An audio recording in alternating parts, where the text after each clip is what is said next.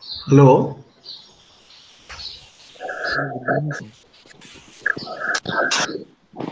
Good morning, Anil.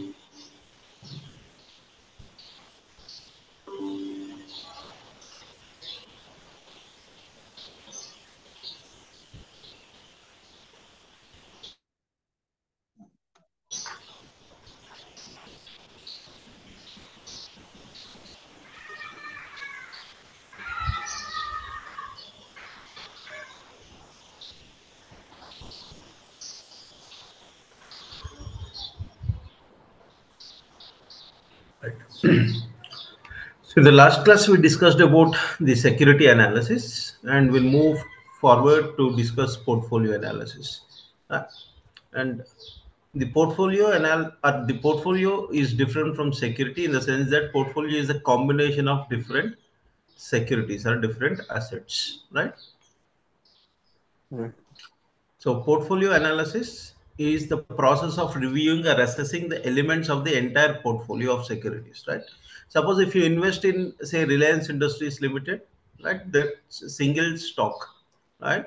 And when you combine the investments into various securities like Reliance, maybe TCS, real estate, right, then it's a portfolio. So the portfolio analysis is the process of reviewing or assessing the elements of the entire portfolio of securities. So your portfolio consists the wide spectrum of securities.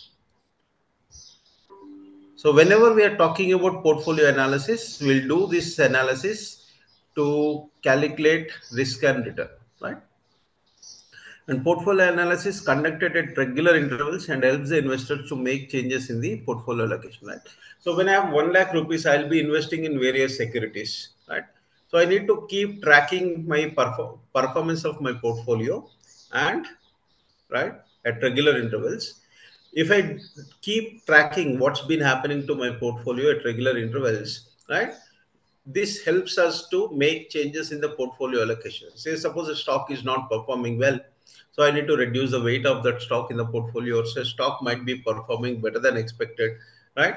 So you're not supposed to increase the weight of that asset in the portfolio. So the portfolio analysis, when we're talking, once you construct a portfolio, supposed to track the portfolio performance at regular intervals to make the necessary changes required in the portfolio composition, right?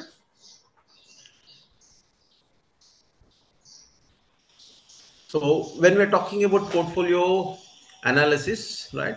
So there are broadly classified, the theories broadly classified into traditional portfolio theory and modern portfolio theory, right? The traditional theory believes that the market is inefficient and the fundamental analyst can take advantage of the situation, whereas a modern portfolio theory believes in maximization of return through a combination of securities, right? So the theories behind the portfolio analysis were broadly classified into two: traditional portfolio theory and modern portfolio theory, right? So when I'm talking about traditional theory, the fundamental assumption of traditional theory is markets are inefficient, right? So when I say the markets are inefficient, right, somebody can take the advantage of the prevailing market prices, right? So when we say that, what does it mean is the fundamental analysts who are good at analyzing the stock based on fundamental factors, right? When they are able to identify the intrinsic values which are different from the market values of the stock, right? They can exploit the differences. Whereas the traditional portfolio or the modern portfolio theory believes that maximization of return through a combination of securities. What the modern portfolio theory says is you need to diversify your assets or investment so that you can maximize your return for a given level of risk, right? So this is a brief about the portfolio theory, portfolio analysis, and right now what we do is, suppose if you see, this portfolio analysis begins where the security analysis ends, right? So what does it mean is,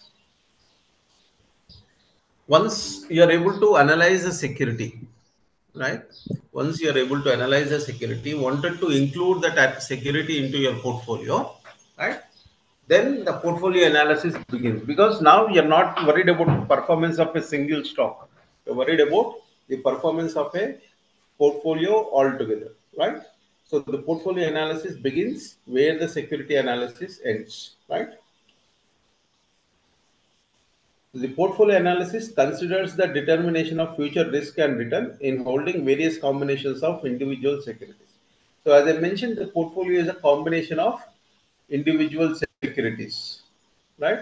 So, when we are talking about portfolio analysis, it considers the determination of future risk and return, right? Involved in holding various combination of securities, right? So, various combinations in the sense when you would like to include four or five different assets in the portfolio, or maybe four five different securities in a portfolio, the weights need not be same. A weight of one stock might be 20%, the weight of other stock might be 5%, right? So you would like to calculate risk and return of the portfolio for different combinations of securities, and you would like to select the portfolio which is optimal, which optimal in the sense the portfolio which gives you the maximum return for a given level of risk, or a minimum risk for a given level of return, right? So when we are talking about portfolio return, right, or expected return, right, it's a weighted average of the expected return of individual securities, right? So as I've been talking about this, the weighted average of the expected return of individual securities, right? So when I say weighted average, what does it mean is, suppose if security A gives 14 percentage return, security B gives 16 percentage return, your portfolio return is not the average of 14 and 16, which is 15 percentage. You're supposed to take the average as the expected return as the weighted average. So when you invest 30 percentage in asset A, 70 percentage in asset B, then your expected return will be zero point 0.3 into 0.14 plus zero point 0.7 into 0.16. So what does it mean is this: the average return on a portfolio is not the simple average of the returns of individual security. It is the weighted average of expected return of individual securities, right?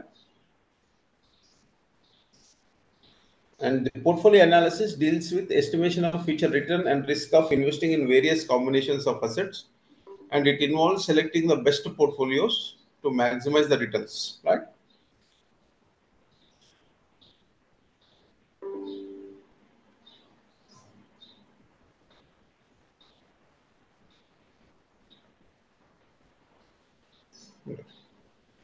So the concept of portfolio refers to a collection or combination of financial assets or securities such as shares, debentures, hedge funds, government securities. So it can be any asset. It can be any asset. So it's a combination of different asset classes, or it could be the combination of different securities in the same asset class, right?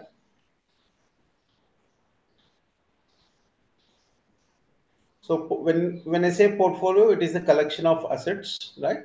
Which can even include physical assets such as gold, silver, real estate, right? So your portfolio might consist of any type of asset class. It could be gold, it could be real estate, it could be silver, right? Stocks, debentures, hedge funds, government securities, right? So it's a basket of investments or assets held by the investor. So when you have a portfolio, what does it mean? How we are different from an investor who holds the entire investment in a single stock is the investor who holds a portfolio having the basket of securities, right? These basket of securities might be from same asset class like equity, or might be from different asset classes. Some investment is in equity, some investment in debt, a part of the investment in government securities, a part in real estate, gold, like this, right? Then you might be having a portfolio, right? So, portfolio analysis is a study of the performance of specific portfolios under different circumstances, right? So, when we say portfolio analysis, it's the study of or the evaluation of the performance of the portfolio under different circumstances, right? So, it is try to find the trade-off between the risk tolerance and returns, right? So, what does it mean is each and every individual has different risk tolerance limits. That means the ability to take risk or the willingness to take risk, it differs from the person to person, right? So when we say that individuals differ in their risk tolerance limits, right? So the portfolio analysis tries to find out the trade-off between risk tolerance and return. Suppose if you have an investor as a fund manager, if you have an investor who is ready to take more risk, as his risk tolerance levels are high, or he is a risk seeker, then you must devise a portfolio in such a way that the portfolio consists of more weightage in equity or the higher risky assets, right? Suppose if the other client is less risk tolerant, otherwise he is not ready to or willing to take more risk, then your portfolio must be devised in a different way, which consists of fixed income securities so that the risk can be minimized, right? So the portfolio analysis is always tries to find the trade-off between the risk tolerance and returns. Right? So individual assets have risk return characteristics of their own nature, but portfolios may or may not take the aggregate characteristics of their individual parts. Say suppose if you have say single stock Reliance Industries Limited, right? Then your portfolio, sorry, then your return and risk is determined only based on the performance of Reliance Industries Limited. But if you have the portfolio, right, consisting of different securities, the return and risk is just not the aggregate characteristics of their individual parts, right?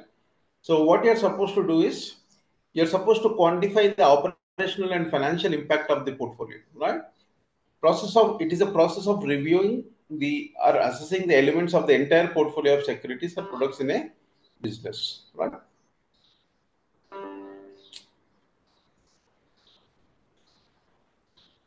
The reason why portfolio analysis gained a lot of popularity is because each asset class has peculiar risk factors and returns associated with it, and it also have the advantages minimizing the risk as well as tax efficiency. Right.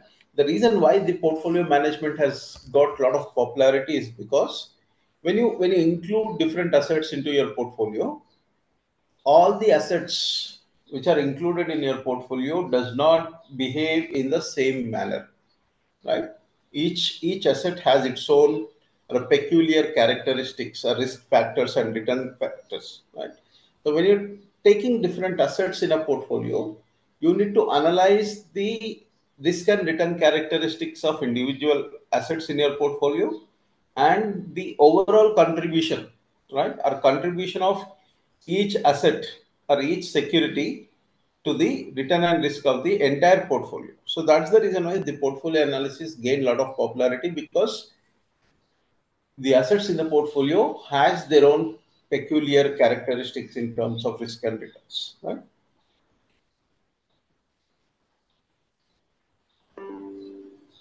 So when we're talking about advantages of portfolio analysis, right? So evaluation of the firm's business by top management. So when the asset is being included, so it's been evaluated, and it helps to assess the company's attractiveness, right? So you will include only the assets which are attractive to include, or attractive to give you better returns, right? So it helps to raise the issues related to cash flow availability. It helps to assess the competitive strength of the company with respect to the market share, contribution margin, product fit, etc. Right? It helps to communicate the appropriate information related to favorable and unfavorable market conditions for investment. Right? So, as we discussed, there are two theories: traditional portfolio theory and modern portfolio theory. Right? The traditional portfolio theory is very subjective nature, but it has provided success to some persons, right, who have made their investments by making analysis of individual securities, right, through evaluation of return and risk conditions in each security. So we know the basic difference between the modern traditional portfolio theory and modern portfolio theory is traditional portfolio theory, right, just takes the though you have different assets in your portfolio, right? So you'll be taking them in separate and you're aggregating the characteristics, right?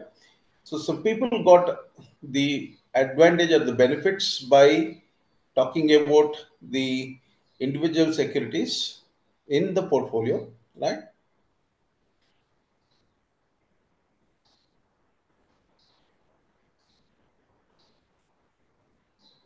So we know that we have discussed this. The method of calculating the return on individual security is just by finding out the amount of dividends that have been given with the company, the price earnings ratio or the common holding period, and by an estimation of the market value of shares. Right? So we know, right? So if you invest 100 rupees in a security, right, and the by the time you would like to sell, say suppose after 1 year, the price increased to 120, right? So this 20 rupees is the capital gain. 20 rupees is the capital gain. And in between, if the stock pays 10 rupees of dividend, so your total gain from the equity investment is 30. Right? Or what you can do is you can compare the price earnings ratio, right, with the other companies in the industry, and you can just take the decision, right? So traditional portfolio theory was based on the fact that risk could be measured on each individual security through the process of finding out the standard deviation, and this security should be chosen where the deviation was the lowest. So what happens is, in traditional portfolio theory, we are not talking about the contribution of individual security to the portfolio. So what we do is, we'll take the security, we calculate the risk. If the risk is low, we'll include that security in the portfolio.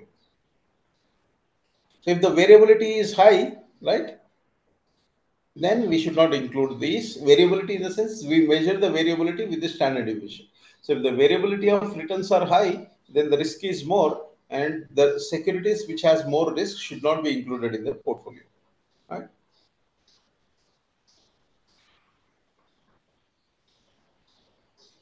So the traditional portfolio theory does not discuss the relationship between different securities and does not draw the interrelationships of risks between them. So the basic difference between traditional portfolio theory and the modern portfolio theory, which was given or which was proposed by Harry Markowitz, is, in traditional portfolio theory we analyze the stock and we include the stock in the portfolio if it has less risk. In modern portfolio theory, we do not do that. We try to find out what is the impact of adding this security to the portfolio. So, in traditional portfolio theory, we do not draw the interrelationships of risks between them.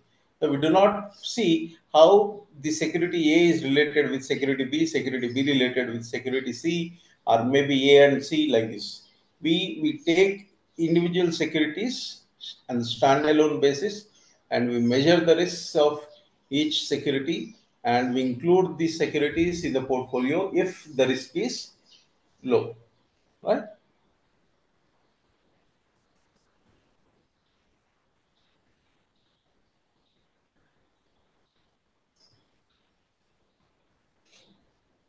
When it comes to the modern portfolio theory, right, believes that the maximization of returns through a combination of securities, right? So when it believes that we can maximize the returns through the combination of different securities. It discusses the relationship between different securities and then draws the interrelationships of risk between them. So what we do is we try to find out the interrelationships between the assets, right? So we take A and B, we find out the interrelationship. We take B and C, we'll try to find out the relationship. We take C and A, we'll try to find out the relationship. Right? Then we'll see whether to add one more asset or one more security to the portfolio or not. Right? So, as per this theory, it is not necessary to achieve success only by trying to get all securities of minimum risk. So, suppose if you would like to include five different securities in the portfolio, and you found that all the five securities on standalone basis were of less risky in nature. But if you include them in the portfolio, you may not achieve the your objective of minimizing the risk of the portfolio, because Here, the focus is more on interrelationships between the risks of two securities, right? So, unlike the traditional portfolio theory, you cannot merely achieve the success or you cannot merely achieve your objective by combining different assets into a portfolio which has less risk.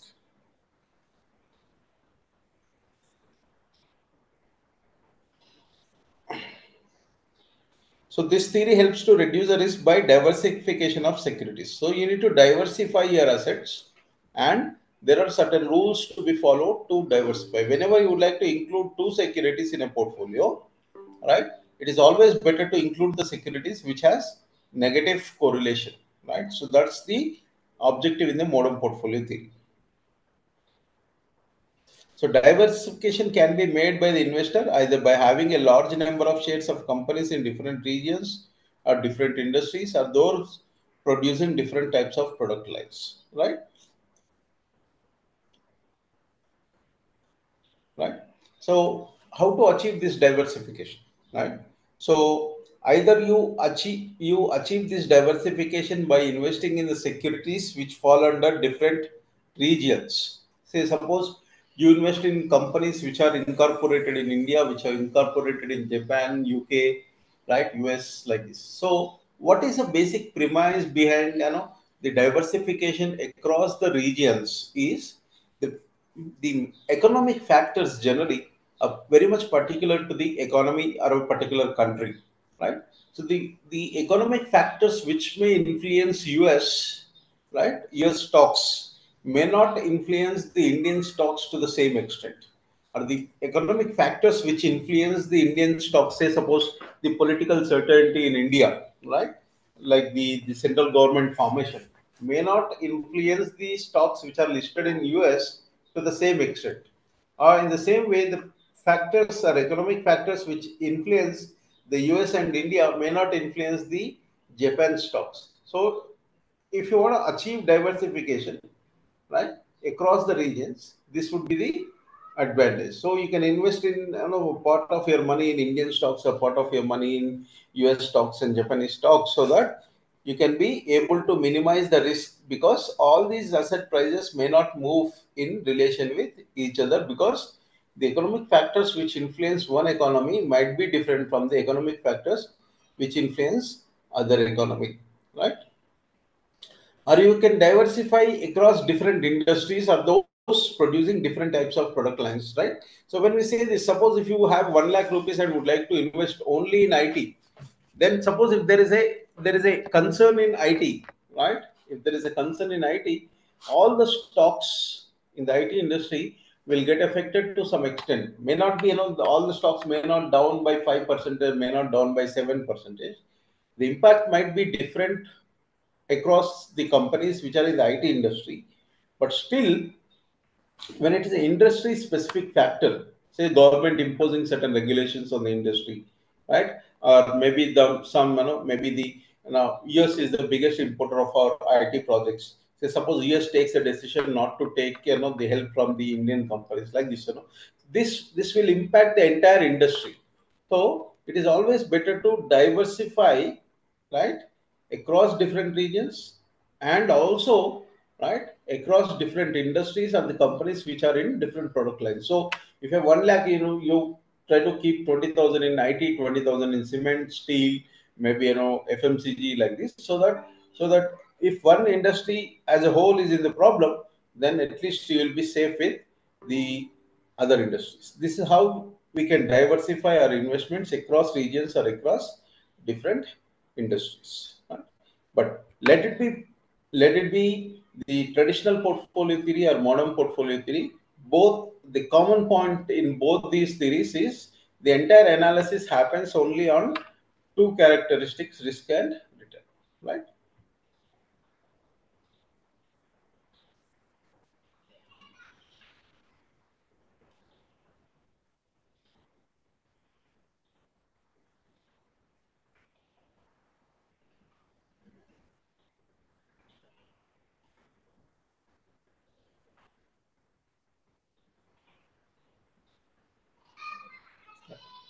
So there are certain assumptions which were laid by the Henry Markovits to develop the modern portfolio theory. Investors are rational, right? So when we say investors are rational, what does it mean is, if you know that A greater than B, right, B greater than C, you will be able to identify that A greater than C. Then you are rational investor. Right? So in all the finance theories generally, right, the inherent assumption is investors are assumed to be rational. But in reality, whether the investors behave rationally or irrationally, that's a different issue. But the assumption made was investors are rational and their decisions based on the logic rather than just following the sentiments, right? And they behave in a manner as to maximize the utility, right? They always behave right in a manner, right? So they always prefer the utility maximum, the satisfying. They would like to get the maximum satisfaction with a given level of income or money. So when the resources are given or with the income is given, they would like to maximize their returns, right? Investors have free access to fair and correct information on the returns and risk. So all the investors are assumed to have the fair and correct information, and it is symmetric. That means all the investors will have the same amount of information at the right time, right? The markets are efficient, right, and absorb the information quickly and perfectly, right? So this is what I've been talking. Markets are perfect in the sense that there is a single investor cannot influence, a single investor cannot influence the market. They are perfect, assumed to be perfect, and it absorbs the information quickly and perfectly. Investors are risk averse and try to minimize the risk and maximize the return, right? So when we say that investors are risk averse,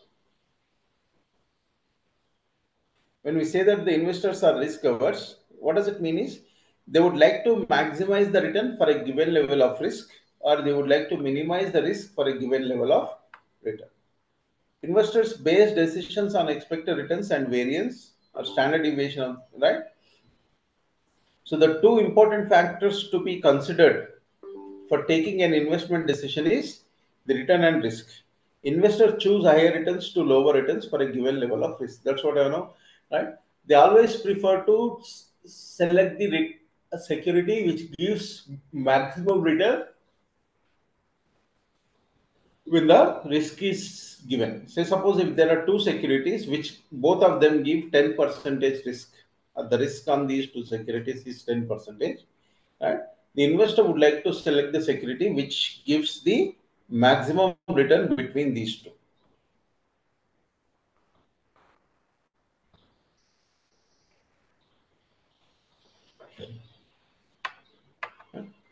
So, as we discussed, it is the weighted average, right? So, when you know the weights in the sense, what's your proportion of investment in each security, right? So, to calculate return on portfolio, you should know the weight of each asset in the portfolio and the return on each asset, right? So when you know the weight and return on each individual assets, the portfolio return is the weighted average of the individual returns, right? So it is X1 R1, where X1 is the proportion of total portfolio invested in security one. Say suppose you have 1 lakh and you decided to invest 30,000 in asset one, right? So total amount you have is 1 lakh, 30,000 you would like to invest in asset one. So X1, the proportion of your investment in asset one is point 0.3. This is the weight, right? And X2, say suppose again you would like to invest 40,000 in asset 2, then X2 will become 0.4. Right? So then obviously x3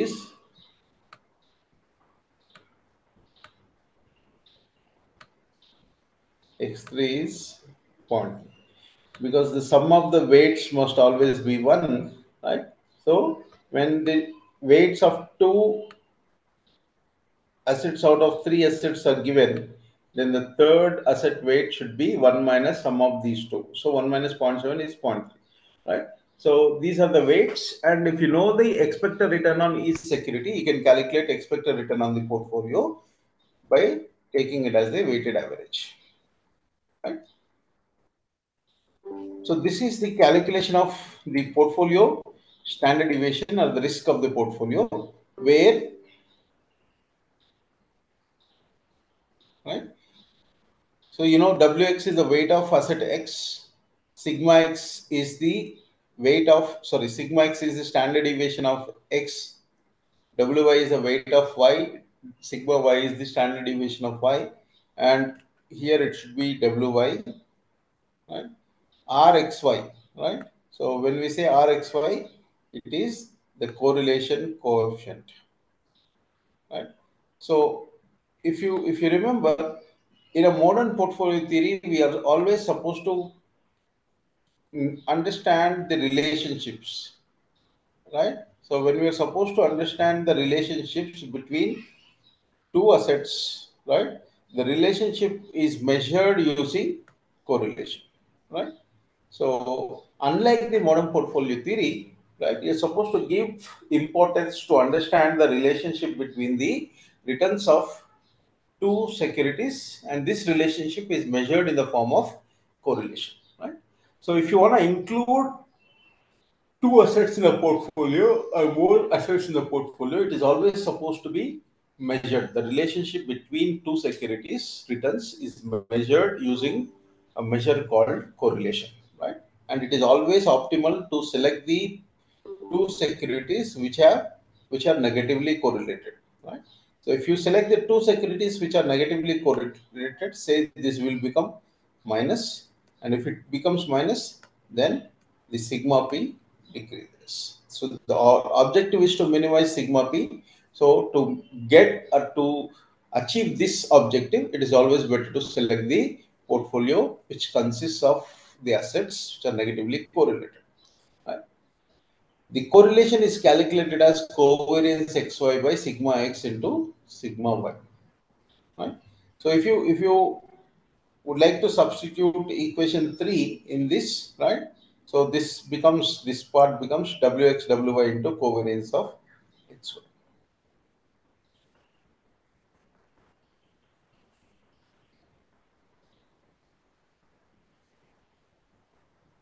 Right?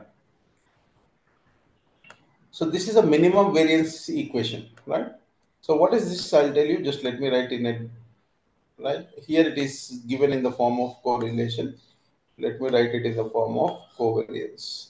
So with Wx is the weight of x. Suppose you have two assets x and y, right? So you would like to invest in these two assets. So Wx is sigma y square minus, if covariance is known, instead of using this formula, so what you can do is you can just calculate, covariance, right? So sigma y square minus covariance xy divided by divided by sigma x square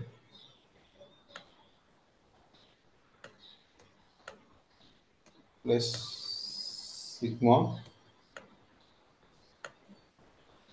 I square minus 2. I'm rephrasing this entire equation, right?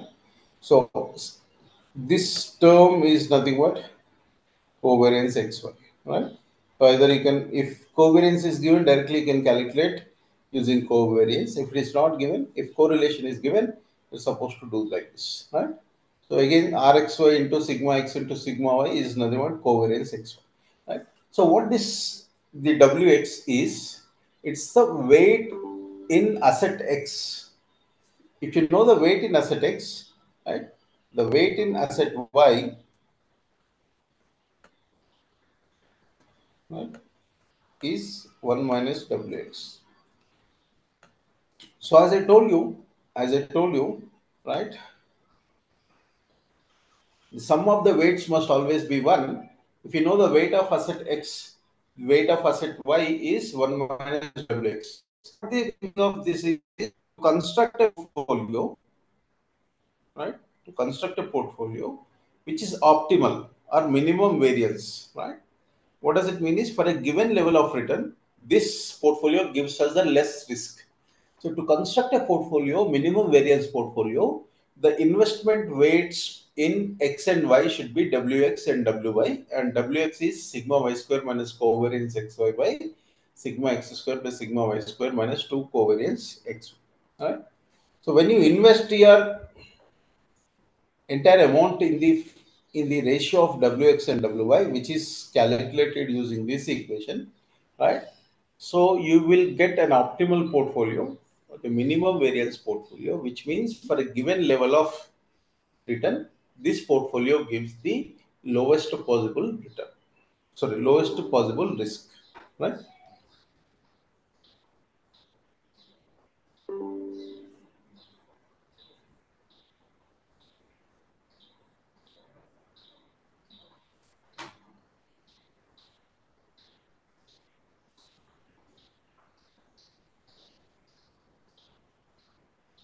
Hello, Okay. Anil. Okay. Hello.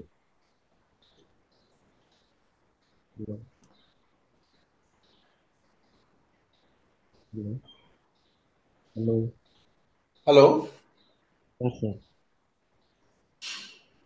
Oh, okay. Evening. Just ignore Anil. Oh, okay. Just what we do is we'll solve this problem and close this session.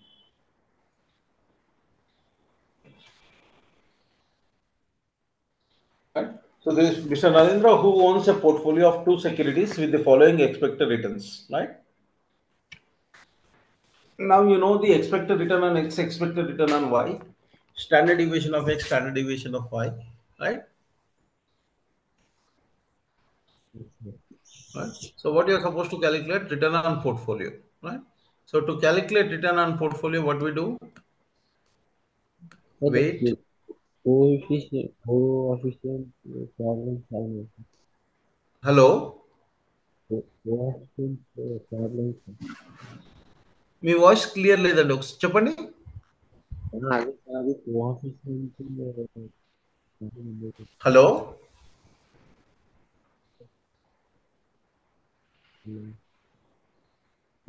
Hello.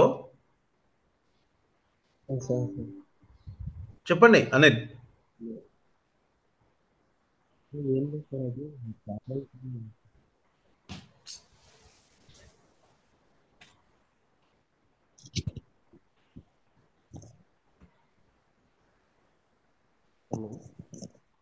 Hello. Sir sir చెప్పండి. Hello hello. వినిపిస్తుందా sir చెప్పండి ఇప్పుడు. వినిపిస్తుంది వినిపిస్తుంది అదే sir చెప్పండి. Problem అది ఇందులో ప్రాబ్లమ్స్ ఉన్నాయేమో కదా సార్ అట్లా అంటున్నా. అవును. మ్మ్. సార్ ప్రాబ్లమ్స్ చేయాలి మీరు ఒకసారి. అవును సార్ చేస్తా సార్. ఉమ్. అది ఒక్కోటిసారి అర్థం కాదు సార్ అది. ఈ చిన్న ప్రాబ్లమ్స్ అండి ఇవి ఇప్పుడు మీకు ఫార్ములా గుర్తుపెట్టుకోవాల్సిందే. అదే అదే గుర్తుపెట్టుకొని చదవాలి. నెక్స్ట్ టైం ఉమ్. ఇంకోసారి చెప్తారా సార్? ఎప్పుడున్నాయి ఎగ్జామ్స్? ఇంకైతే ఏం తెలియదు సార్ ఇప్పుడైతే. సాఫ్ట్ కాపీ వచ్చింది ఆ బుక్? వచ్చింది సార్, సాఫ్ట్ కాపీ ఉంది. ఆ. సేమ్ ఇప్పుడు మీరు చెప్పేదే ఉంది అనుకుంటా. ఆ? ఇప్పుడు మీరు చెప్పేదే ఉంది అంటున్నా సార్. అవును. అవును సార్, అవును సార్. ఉమ్. ఉమ్. సరే ఇప్పుడు ఇది లాస్ట్ యూనిట్ కదా సార్ మీరు ఇప్పుడు చెప్పింది? Last పోర్ట్ఫోలియోది week? లాస్ట్ ఇది అంటున్నా సార్, ఇది సిలబస్లో last unit Ah, portfolio theory కదా సార్ ఇప్పుడు చెప్పింది మీరు. దీంట్లో కొంచెం ప్రాబ్లమ్స్ ఉన్నాయి. అవును సార్. నెక్స్ట్ పోర్ట్ఫోలియో ఎవాల్యూషన్ ఏమో ఉంది సార్ ఒకటి. దాంట్లో కూడా ప్రాబ్లమ్స్ ఉంటాయి. అదే అదే సార్. ఉమ్. రేపు ఇదా సార్, ఎవాల్యూషనా సార్? రేపు కూడా ఉంటుంది క్లాస్. అదే అదే సార్. మంచి sir, thank you sir.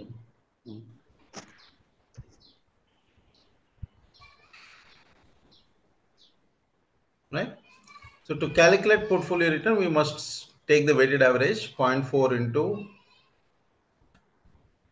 0.12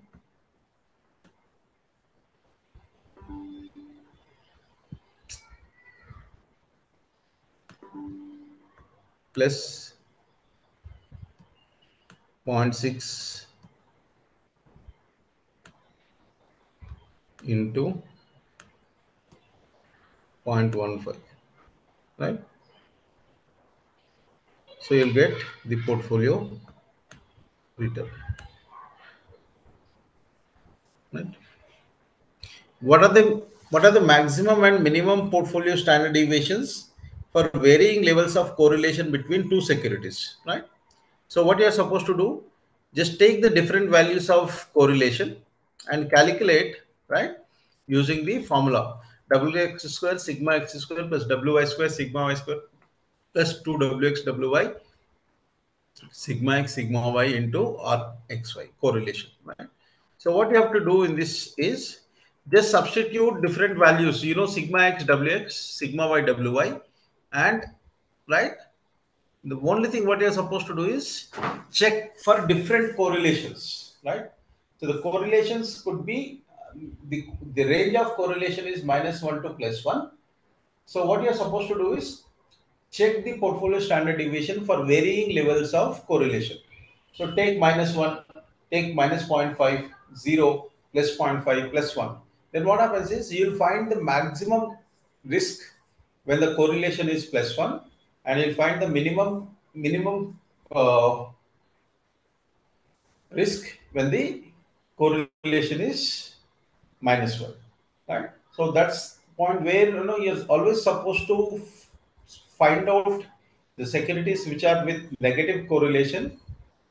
Then if you include those two securities into your portfolio, you'll be able to achieve minimum risk.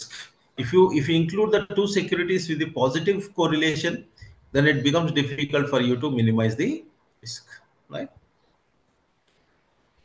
Okay.